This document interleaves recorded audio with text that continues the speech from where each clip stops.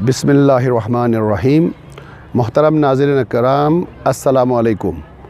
उम्मीद है आप सब दोस्त अहबाब खैर आफ़ियत के साथ ख़ुद साज़ी और माशरा साज़ी जैसे अहम और मुश्किल काम की सरअंजाम दही में मसरूफ़ होंगे। हमारी खुशनसीबी है कि आज हमारे दरमियान उस्तादों के उस्ताद, इंसान दोस्त रहनुमा, मुमताज़ माहिर तालीम, मेरे बड़े भाई और मेंटोर जनाब अमानुल्लाह अमान साहब मौजूद हैं। आए हम इनकी मौजूदगी से फ़ायदा उठाते हुए उनकी बसीरत अफरोज़ गुफ्तगू से, इल्म और हिकमत की मोतियों से इस्तिफ़ादा करें।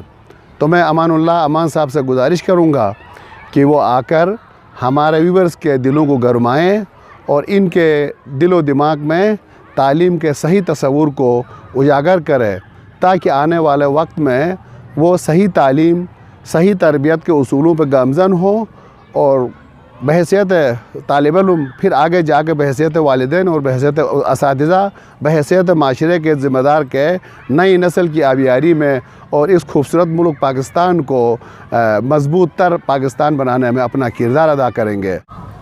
बिस्मिल्लाहिर्रहमानिर्रहीम।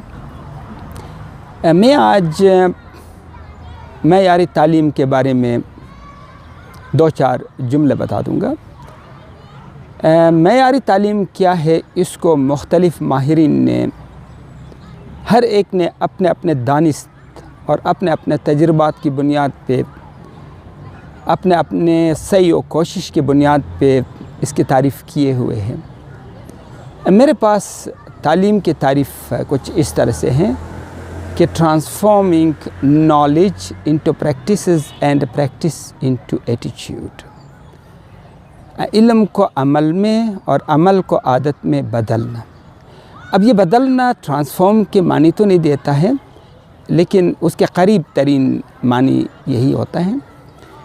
अब इल्म को अमल में और अमल को आदत में कैसे बदला जाए, इसको हम सॉफ्ट नॉलेज में देखेंगे।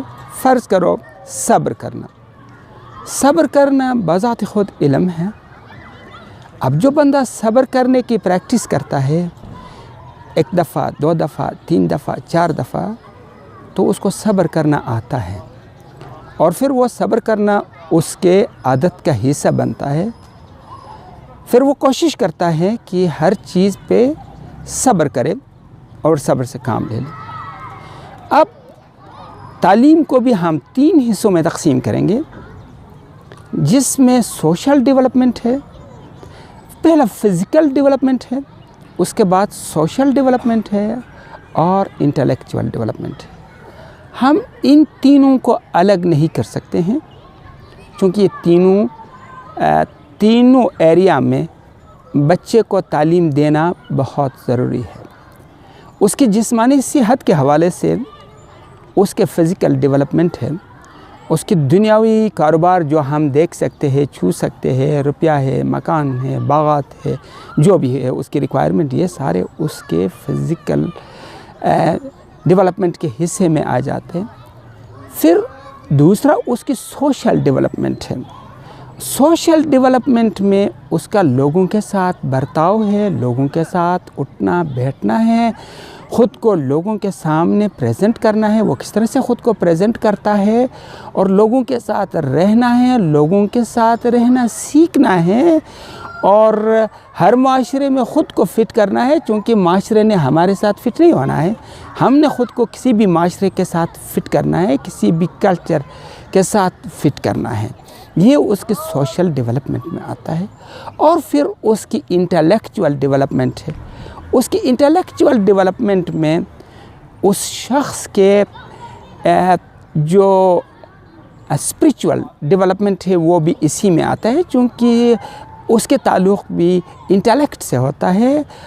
तो इंटेलेक्चुअल डेवलपमेंट के लिए फिर उसके इल्म है, उसके दानिस्त है, उसके समझ है, किसी चीज़ को परखना है, किसी चीज़ को एनालाइज़ करना है, किसी चीज़ को किसी चीज़ से कोई चीज़ क्रिएट करना है, ये सारे कुछ फिर उसकी इंटेलेक्चुअल डेवलपमेंट में आता है। अब ये कहाँ मिलता है, इसको इस तरह से देखेंगे। یہ صرف اسکول سے نہیں ملتا ہے، نہیں یہ صرف گھر سے ملتا ہے، اور نہیں یہ صرف اسکول اور گھر سے ملتا ہے، اس کی پورا معاشرہ اس میں کنٹریبیوٹ کرتا ہے۔ جب بچہ پیدا ہوتا ہے تو اس وقت اس کی پیدائش کے دن اس کی ماں باپ یعنی اس کی ماں کے پیٹ سے ہی وہ ماں کی آواز سننا شروع کرتا ہے، تو اور اس کے جو 5 سال ہے، میں 7 سال کہوں گا، 7 سال نہایت اہم ہوتا ہے اس کے تینوں ڈیولپمنٹ کے لیے۔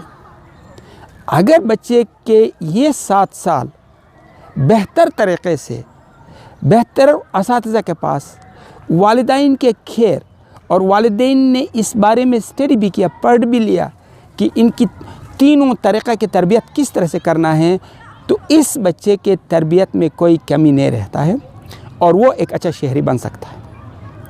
اگر ہم ان تینوں کو وہاں ان میں سے کسی ایک کو بھول جائے، یا اس کے فزیکل ڈیولپمنٹ، یا اس کے سوشل ڈیولپمنٹ، یا اس کے انٹلیکچوئل ڈیولپمنٹ، تو وہ کمی زندگی بھر رہتا ہے۔ لہٰذا سب سے پہلا ہمیں گھر سے، اسی لیے رسول پاک صلی اللہ علیہ وآلہ وسلم نے کہا ہے کہ پنگوڑا سے لے کر قبر تک علم حاصل کرو۔ وہ جانتا تھا 1400 سال پہلے ہمیں بتا دیا کہ آپ پنگوڑے سے سیکھنا شروع کرو، سکھانا شروع کرو، اور ہم نے وہ نہیں کیا۔ اب اسی کے نام سے شکر ہے جنہوں نے دریافت کیا اور ہمیں بتا دیا، اور ہم نے بھی کرنا شروع کر دیا، جبکہ اسلام نے ہمیں 1400 سال پہلے بتایا تھا۔ اب جب اس عمر میں وہ بہتر سیکھتا ہے، اس کی سوشل ڈیولپمنٹ صحیح ہوتا ہے، اس کی فزیکل ڈیولپمنٹ صحیح ہوتا ہے، اس کی انٹلیکچوئل ڈیولپمنٹ صحیح ہوتا ہے، وہ چیزوں کو انالائز کرتا ہے، چیزوں کے بارے میں سوال کرتا ہے، چیزوں پہ اپنے رد عمل دیتا ہے، کوآپریٹ کرنا جانتا ہے، لوگوں کے ساتھ ملنا جانتا ہے۔ اگر یہ بچپن ہی سے جانتا ہے، جب وہ اسکول میں جاتا ہے تو اسکول کے تمام بچوں کے ساتھ اس کو اکوموڈیشن آتا ہے۔ اس کے وہ تربیت جو ماں باپ نے شروع میں ہی اس کو دیا ہے، وہ اسکول میں پہلے 3 سال ماں باپ کے ساتھ ہی ہوتا ہے۔ بہت ایک ہی اسکول ایسا ہے جو 0 سے پڑھائے جاتے، وہ بھی گلگت میں ہیں اور کہیں پر نہیں ہے، روپانی فاؤنڈیشن کی، اور کسی کا نہیں ہے۔ شاید باہر کے ملکوں میں بہت سارے جگہوں پہ ایسا ہے جو 0 سے پڑھاتے۔ تو اب ہمیں اپنے بچوں کو 0 سے پڑھانا ہے، اور جب وہ اسکول جاتا ہے تو پھر جس طرح سے وہ اپنے گھر والوں کے ساتھ بیہیو کرتا ہے، اسی طرح سے وہ اسکول کے بچوں کے ساتھ، ٹیچرز کے ساتھ، وہاں جو کام کرنے والے لوگ ہیں ان کے ساتھ بیہیو کرتا ہے۔ اگر ہم یہ نہیں کریں گے تو پھر وہ اسکول میں ان کے ساتھ اکوموڈیشن اس کے لیے مشکل ہوگا، یا تو وہ بولنگ کریں گے یا بچے اس کو تکلیف دیں گے، اور وہ ہمیشہ پریشان رہے گا، اور پریشانی کے عالم میں انٹلیکچوئل ڈیولپمنٹ نہیں ہوتا ہے۔ لہٰذا ہمیں اپنے بچوں کو اپنے گھر سے سکھانا۔ پھر اسکول کے اساتذہ کے لیے بھی بہت ضروری ہے کہ وہ ان تینوں چیزوں کا خیال رکھے۔ صرف ایک چیز کے نہیں، صرف یہ نہیں کہ آپ نے بچے کو یاد کروا دیا، یاد کرنے کے بعد اس نے A گریڈ لایا تو آپ نے اخبار میں دے دیا اس بچے نے A گریڈ لایا، اور جب کوئی وہ کسی سے ملتا ہے تو وہ A گریڈ کے آدمی لوگوں کے ساتھ بیہیو کرنا نہیں جانتا ہے، تو اس تعلیم کی کوئی ضرورت نہیں ہے۔ ایسے اسکول میں اپنے بچوں کو نہ لائے جائے۔ میرا مشورہ ہے جہاں آپ کے بچوں کی سوشل ڈیولپمنٹ نہیں ہوتا ہے، جہاں آپ کے بچوں کو سوشلی ڈیمیج کرتے ہیں، ایسے اسکولوں میں کبھی نہیں لے جانا، آپ کے بچے برباد ہو جائیں گے۔ اس کمزور اسکول میں ضرور بھیج دے جہاں سوشل ڈیولپمنٹ کے کچھ کمپوننٹ موجود ہے، فزیکل ڈیولپمنٹ کے کچھ کمپوننٹ موجود ہے، یہ تینوں چاہیے۔ پھر اسی معاشرے میں ہمارے علماء رہتے ہیں، ہمارے علماء کا ہمارے تربیت میں اور ہمارے بچوں کے تربیت پہ بہت بڑا اثر ہوتا ہے۔ اب ایک اور چیز میں بتا دوں گا کہ بچے کے ذہن میں ہمیشہ پازیٹیو چیز ڈالنا چاہیے۔ ہمارے علماء کے ساتھ ہمارے لیڈرز بھی ہیں جو گورنمنٹ کے ساتھ ڈیل کرتے ہیں، جو دوسرے لوگوں کے ساتھ ڈیل کرتے ہیں اور کمیونٹی کے لیے کام کرتے ہیں، وہ ہمارے لیڈرز ہیں۔ اب اگر گھر، اسکول उलमाए कराम और लीडर्स अगर बच्चे के सामने पॉजिटिव बातें करेंगे, लोगों की अच्छाई की बातें करेंगे, तो बच्चे पॉजिटिवली डेवलप होंगे। अगर हम उनके साथ फ़र्ज़ करो, अगर माँ बाप ये कहता है ये भी मेरा दुश्मन है, वो भी मेरा दुश्मन है, इसने मेरे लिए ये बुरा किया, उसने मेरे लिए ये बुरा किया, इसने मेरे लिए ये बुरा किया, स्पेशली 0 से 7 साल की उम्र में, तो वो बच्चे दुश्मनदार होंगे, वो दुश्मन पालना शुरू करेंगे। अगर माँ बाप ये कहेंगे इसका मेरे साथ ये अच्छा रवैया है, इसके साथ ये अच्छा रवैया मेरा है, उसके साथ मेरा ये अच्छा रवैया है, तो वो दोस्तदार होंगे। यही चीज़ उलमा के किरदार में भी है। अगर उलमा लोगों को बुरा भला कहेंगे, तो वो जो कम्युनिटी उनके साथ रहते हैं वो दुश्मनदार होंगे, वो हर किसी को अपना दुश्मन देखेंगे। अगर वो लोगों की अच्छाई की बात करेंगे, तो कम्युनिटी दूसरे लोगों को भी एक्सेप्ट करेंगे। तो बच्चों की तरबियत हमारे हाथ में है कि हम अपने बच्चों की तरबियत किस तरह से करते हैं। प्लीज़ ये मत समझो कि एक बच्चा लिखना जानता है, पढ़ना जानता है, तेज़ी के साथ पढ़ता है, बहुत खूबसूरत लिखता है और वो तालीम याफ्ता। नहीं, तालीम याफ्ता वो नहीं है।